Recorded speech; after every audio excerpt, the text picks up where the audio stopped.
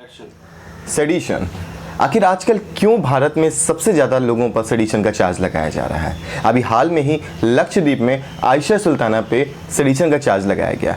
उससे पहले अगर हम देखें तो उससे पहले कन्हैया कुमार पे सेडिशन का चार्ज लगाया गया। और पहले जाएं तो किसानों पे, हजार लोगों पे जो किसी भी सरकार के विपक्ष में आवाज़ उठा रहा है उसको हम सेडिशन के चार्ज से लगा के उसकी आवाज़ बंद कर देते हैं।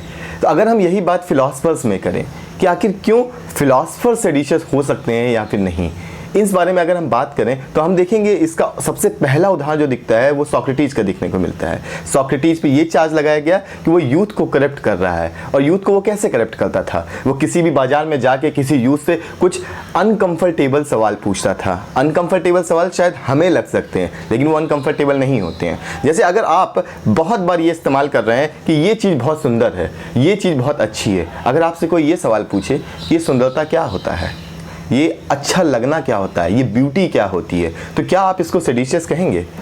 शायद आप नहीं कहेंगे। लेकिन उस समय एथेंस की सरकार ने ये बात सोचा कि शायद सोक्रेटिस सेडिशियस है और उसको मृत्युदंड का सजा भी दी गई। चाहता तो सोक्रेटिस उस समय अपने आप को मृत्युदंड से बचा सकता था और अपने लोगों के साथ भाग सकता था, लेकिन सोक्रेटिस ने ऐसा नहीं किया क्योंकि वो अपने किसी एक विचार पे बहुत ज़्यादा विश्वास करता था और उसी विश्वास की वजह से आज इतने हजार सालों के बाद भी हम सोक्रेटिस का नाम बहुत ही शान से लेते हैं फिलोसफर्स की कम्युनिटी में। वहीं दूसरा एग्जाम्पल आपको बोएथियस का दिखेगा।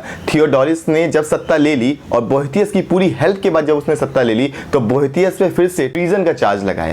और ट्रीजन का चार्ज में भी अगर हम देखा जाए तो उसको सेडिशियस के चार्ज के तौर पे देख सकते हैं। उसे एक बहुत बड़े पैलेस के अंदर बंद कर दिया गया और बोएथियस इस बात में बार बार विचार कर रहा है कि आखिर उसने ऐसा गलत क्या किया कि जिसकी वजह से उसको एक ऐसी सजा दी गई। और बाद में उस पर जब उसका कोर्ट में केस चला तो उसको मृत्युदंड की सजा दी गई। बोएथियस ने इस बारे में बहुत अच्छा वर्णन अपनी book the consolation of philosophy में किया है, कैसे फिलॉसफी जब उस पर ट्रीजन का चार्ज लगा दिया गया उसको आराम देती है। और आगे हम बढ़ें तो ब्रूनो, फ्रांस में यही देखा गया कि ब्रूनो पे भी इसी तरह के चार्जेस लगाए गए। तो ये कोई नई बात नहीं है कि जब फिलोसफर्स पे बहुत ज़्यादा ट्रीजन के चार्ज या फिर सेडिशन के चार्ज लगाया गया। तो हमारे सामने आज सबसे बड़ा सवाल ये है, क्या फिलोसफर्स सेडिशियस हो सकते हैं? क्या फिलोसफर्स देशद्रोही हैं? मैं प्रशांत और आप देख रहे हैं अंडरग्राउंड फिलॉसफीज। यहाँ पे हम बात करते हैं सबसे पहले कि आगे फिलोसफर्स करते क्या हैं।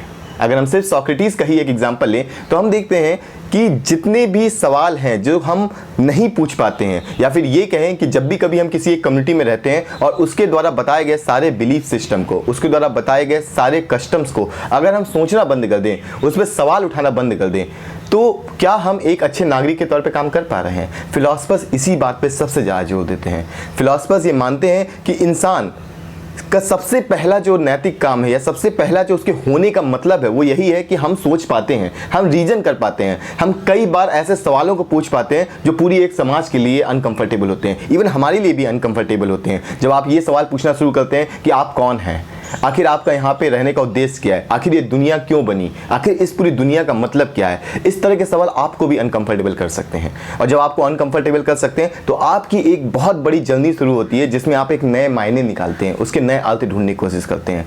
तो कैसे ये सारी चीज़ें एक सेडिशन की तरफ ले जाती हैं?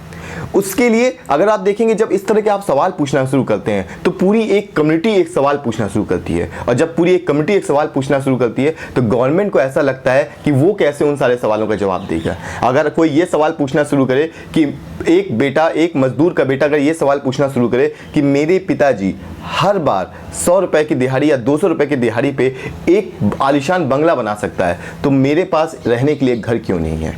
अगर एक किसान का बेटा ये पूछना शुरू करे कि जब मेरा पिता पूरे देश को खाना खिला सकता है तो मैं ही 2 वक्त की रोटी क्यों नहीं खा सकता? अगर कोई एक व्यक्ति सिर्फ इस बात पर सवाल उठाना शुरू करे कि मेरी जनरेशन के द्वारा बनाए गए इन सारी चीज़ों के बावजूद भी हम अच्छे से क्यों नहीं रह सकते हैं, तो ये सरकार के लिए बहुत बड़ी बात होती है। तो सरकार के लिए आज के समय में सवाल पूछना अपने आप में ही एक सेडिशियस है और फिलोसफर की यही पहली स्टेज है। हम सवाल पूछने से शुरू करते हैं और उस सवाल के साथ इंगेज होते हैं। फिलोसफर्स का काम नहीं है कि आपको एक रेडी टू हैंड एक जवाब दे देना। फिलोसफर्स का काम है आपको उस जर्नी में खड़ा करना, आपके साथ साथ चलना, ताकि आप उन सवालों के साथ खुद डील कर सकें, आप उन सवालों के जवाब खुद ढूंढ सकें। और जब आप अपने सवाल ढूंढेंगे तो सबसे पहले आप खुद को अनकंफर्टेबल करेंगे, बाद में उन तमाम लोगों से जो उस सवाल के जवाब देने की किसी भी तरह की हिम्मत नहीं रखते हैं उनको अनकंफर्टेबल करेंगे। इसीलिए सबसे ज़्यादा सेडिशन के चार्ज फिलोसफर्स या फिर थिंकिंग वाले लोगों पे लगाया जाता है। दूसरा एक बहुत अच्छी बुक है जिसका नाम है the courage to be disliked. Japan में सबसे ज़्यादा बेची जाने वाली ये किताब है। इसमें ये हमको बताया गया कि जब भी कभी हम कोई आर्ग्यूमेंट किसी के अगेंस्ट देते हैं या फिर जब भी कभी हम एक ऐसा सवाल देते हैं जो कि पूरे द्वारा सोसाइटी के द्वारा चले आ रहे हाइपोथेसिस या फिर उसके जो बिलीफ सिस्टम है उसको क्वेश्चन करता है तो आप एक नफरत के पार्ट हो जाते हैं। सो उदाहरण के लिए जब मैरी वॉलस्टोनक्राफ्ट ने महिलाओं के लिए आवाज़ उठाई और उसी आवाज़ को जब सिमोन दे बोआ ने और आगे ले गई और जब इक्वल हक की बात की गई, जब एक वाजिब सवाल उठाया गया कि क्यों महिलाओं को एक समान अधिकार देना चाहिए, तो एक बहुत बड़ा तबका जो पुरुषवादी सोच से ग्रसित था उसने उन महिलाओं पे आरोप लगाने शुरू कर दिए और वही आरोप कुछ हद तक इतने ज़्यादा बढ़ गए कि उनको सेडिशियस की तरह भी देखा जाने लगा। इसके बहुत बड़े एग्जाम्पल आपको राइट विंग जहाँ पे गवर्नमेंट बनी है वहाँ पर देखने को मिलता है। तो यहाँ पे सवाल उठाने वाली बात ये है कि क्या जब भी कभी कोई सवाल पूछेगा या जब भी कभी कोई पूरे एक समाज में चली आ रही व्यवस्थाओं के खिलाफ एक सवालिया निशान खड़ा करेगा तो क्या उसको सेडिशियस लगाया जा सकता है? ये हमारे इंसान होने के सबसे मूलभूत रीज़न को अंडरमाइन कर रहा है। हम इंसान होने के नाते सोचने समझने की काबिलियत रखते हैं और जब हम सोचने समझने की काबिलियत रखते हैं तो ये सरकार को सबसे ज़्यादा चुभता है क्योंकि सरकार अपने आप को कभी अकाउंटेबल मानना ही नहीं चाहती और इसीलिए सबसे ज़्यादा सेडिशन के चार्जेस आपको फिलोसफर्स पे लगेंगे क्योंकि एक फिलोसफर चले आ रहे उन तमाम व्यवस्थाओं पर एक प्रश्न चिन्ह लगाता है। तो हमारे सामने अब कुछ वाजिब सवाल आ गए हैं। क्या सवाल पूछना सेडिशियस एक्ट है? क्या लोगों को जागरूक करना एक सेडिशियस एक्ट है? क्या हर उस चली आ रही कुरीतियों को बंद करना, उस पर एक विराम लगाना सेडिशियस है? क्या लोगों को उनके हक के लिए फिर से तैयार करना सेडिशियस है? मैं आपको याद दिला देना चाहता हूँ कि भगत सिंह पर भी सेडिशन का चार्ज लगाया था। क्या वो जायज़ था? आप देख रहे थे अंडरग्राउंड फिलॉसफी। मैं प्रशांत, शुक्रिया।